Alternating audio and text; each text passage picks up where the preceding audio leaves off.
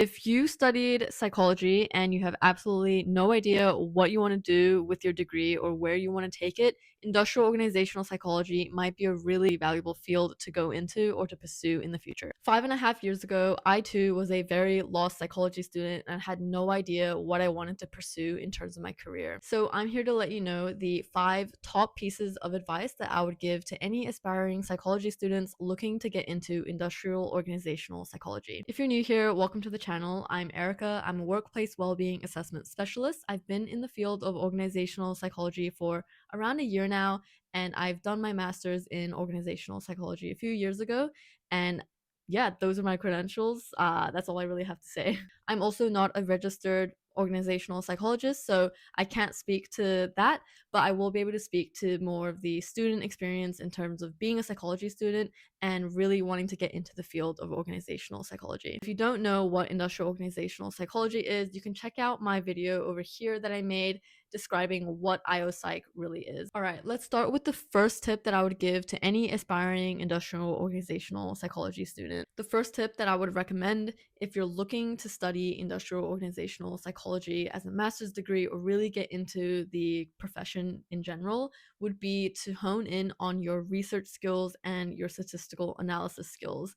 And now, I don't want to put you off when I say statistical analysis skills. I feel like a lot of people are kind of put off by the stats side of psychology, which is super valid. But if you enjoy psychology stats, good for you as well. When it comes to industrial organizational psychology, a key component of the field and the profession is being in tune with the research in terms of what works, what doesn't, looking at different effective interventions that are backed by research. You really want to be drawing on evidence base as well as real life practice. And so this is called evidence based practice, where we're looking at the science on what is the research saying in terms of what works, what are the key theories and foundational aspects of human behavior that we know to be true or are known to be backed by evidence. And then how can we use our practical experience with other organizations and clients? And so we really want to bring in both sides of the evidence and the practice side as a IO psych consultant or an IO psychologist. In terms of the statistical analysis side of things, I feel like this would be a great strength if you had some experience in terms of dealing with statistical analyses, going over data sets, using SPSS as a statistical analysis software, for example, or maybe you're really into the qualitative side of things and you're able to analyze qualitative data on in vivo, I think. There's a lot of different programs out there. All that to say, I think that having good research skills, being able to find reliable sources of information based on research, going through databases, trawling through all the noise and finding the key nuggets of information from that, and being able to distill the information, communicate it in a way that makes sense to people, that would be my number one piece of advice for anyone looking to get into IO Psych. This is a foundational aspect of what you will be doing in the field, regardless of what role you specifically go into. My second piece of advice that I would give to aspiring IO psychology students would be to consider where your passions really lie in terms of the field. Instead of actually thinking about what sort of category or field you want to go into, I'm talking a little bit more broadly in terms of, are you more interested in the research side of things, or are you a bit more interested in terms of the practical, potentially consulting side of things? Of course, every IO psych role would involve both in some aspects. However, they could be more research heavy. They could also be more practice slash consultancy heavy. And so I think it's a really important aspect to ask yourself, is research something that you particularly enjoy? Do you like asking big questions and trying to solve that and reading through lots of research papers? Do you like the stat side of things? Alternatively, do you like working with people? Do you like having those conversations with clients? Do you like building those customer relationships with people and continuing to see the improvements with them? And so thinking about whether you enjoy the more research side of things or the consultant side of things will really help you gain some clarity in terms of where you'd want to go in terms of getting a job in IO psychology, whether it's academia or maybe it's working for a consultancy. My third piece of advice that I would give to aspiring IO psychology students is networking. I didn't want to add this one in, but I feel like it's very important. I'm someone who doesn't particularly enjoy networking. I mean, it's good when you find some people that you can talk to and that you can get rid of the fear and the social anxiety aspect of it. But networking is so valuable, especially when it comes to IO psych. IO psychology can be a field that is quite niche. And so, depending on what country you live in, so I live in New Zealand, the IO psych community is actually quite small, which means that if you're able to build a really good network and be involved actively in terms of different events, conferences, adding people on LinkedIn, messaging them, catching up with people over a coffee, and things like that, really just immersing yourself into the community and the network, that will be so beneficial for you in terms of gaining knowledge from industry experts, having good connections, and also just being able to open up potential opportunities that you might have not come across if you didn't know different people. And so networking as a student in terms of IO psychology is super important. I highly recommend that you get involved with your local IO community group.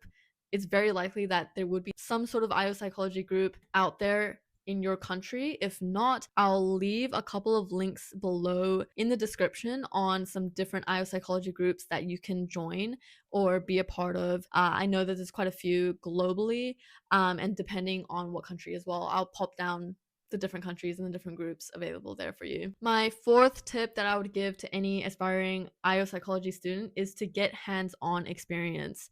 Getting real life job experience is really important in terms of developing key foundational IO psychology skills.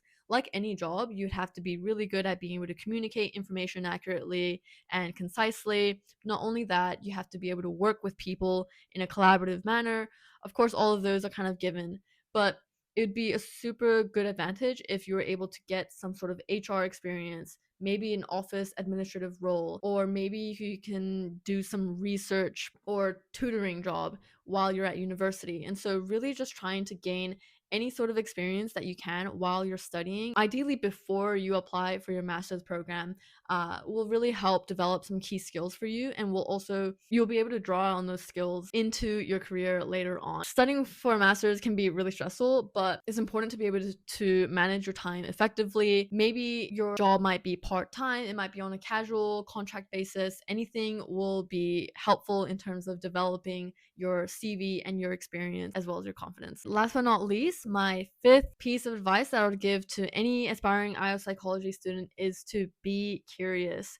I think being curious in industrial organizational psychology is kind of an underrated skill as well. If we think about IO psychology, we're really just thinking about humans in the workplace, right? Humans are complex beings, and workplaces are also complicated environments. When we put those two together, it can be quite messy. And so, being curious, asking why, trying to understand the underpinning reasons as to what is driving certain factors, what is driving different outcomes. Really, just thinking critically is a key skill that you'd want to develop and continue to develop and continue to use as you go throughout your career. I think in any career, this is also just a valuable skill to have. But specifically with organizational psychology, it's really interesting because there's a lot of ties into relevant societal trends. So we see things like people talking about well-being in the workplace. We see, whose responsibility is it? Is it the managers? Is it the employees? Where does the responsibility lie around employee well-being in the workplace?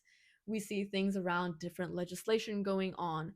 We also see things around diversity and inclusion. There's a lot of conversation going around. And so these key themes that come up in the news, that come up out in reports, in podcasts, you'll see these different avenues of content coming out in the world on almost anything you consume that might be remotely related to industrial organizational psychology. And so it's really important to ask yourself, oh, why are people reacting this way? how can we make it better for people? What are the different interventions? What are the different things that we can do to support our people? So really just keeping your brain going, being curious, I think is a really underrated skill in industrial organizational psychology. And as a student, this is going to be a really important skill that will make you stand out as a candidate, but also will help you succeed in to your career as an industrial organizational psychologist. I'm still very much so getting used to making YouTube videos and communicating my thoughts in a concise way that actually makes sense and is somewhat coherent. It is kind of difficult to actually do, surprisingly. But anyways, I hope you have enjoyed this video. Hopefully it was useful in some way, shape, or form for you. If you are an aspiring IO psychology student, let me know in the comments below what other videos you'd like for me to make next. I did receive some comments around kind of thinking about the journey getting into industrial organizational psychology. How many years of study does that involve? And so I'll make a video on that one next. But if you have any other suggestions, leave them down below. And so I'm excited to hear about what might be useful for you, because I really just want to help the IO Psych student community out as well. That is all for today. Those are my 5 top tips for any aspiring IO psychology student.